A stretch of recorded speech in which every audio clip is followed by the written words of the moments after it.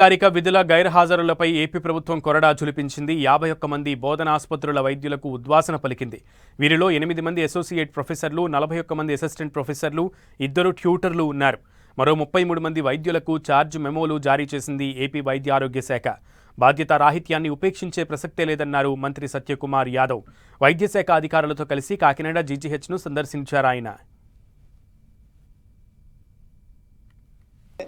కాకినాడకు చూస్తే ఈ 2 సంవత్సరాల్లో 31+15 46 మంది అసిస్టెంట్ ప్రొఫెసర్లని, అసోసియేట్ ప్రొఫెసర్లని ఈడ కొత్తగా తీసుకురావడం జరిగింది. 46 మందిని ఒకే సంవత్సరంలో తీసుకురాగలిగాం. అదే కింది స్థాయి శిబిలో కొరత చాలా ఉంది. మేము వచ్చి సూపర్ స్పెషాలిటీస్లో 65% కొరత ఉండేది, ప్రొఫెసర్లు 30% కొరత ఉండేది, అసిస్టెంట్ ప్రొఫెసర్లు 25% కొరత ఉన్నది.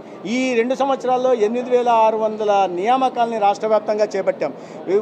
ఈ కాంట్రాక్ట్ బేసిస్లో ఇవాళ పిడుగురాల కాలేజ్ కోసం కాంట్రాక్ట్ బేసిస్లో ప్రొఫెసర్ లెవెల్లో కూడా రిక్రూట్మెంట్ చేసుకుంటున్నాం.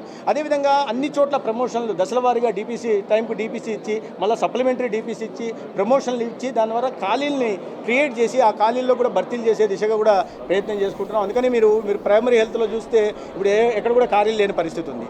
అదేవిధంగా సెకండరీ హెల్త్కి వస్తే ఇప్పటికే మనము ఈ ఇన్ సర్వీస్ కోటా కారణంగా కానీ లేదా కొత్తగా చేపట్టిన రిక్రూట్మెంట్ ద్వారా కానీ వచ్చే సంవత్సరానికి 27 చివరికి ఒక్క ఖాళీ కూడా ఎక్కడ కూడా ఏ సిఎస్సిలో కానీ ఏ ఏరియా హాస్పిటల్లో లేని పరిస్థితి వస్తుంది.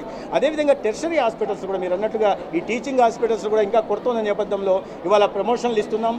వాకిన్ ఇంటర్వ్యూలు పెట్టుకుని అసిస్టెంట్ ప్రొఫెసర్ లెవెల్లో కూడా రిక్రూట్మెంట్ తీసుకుంటున్నాం.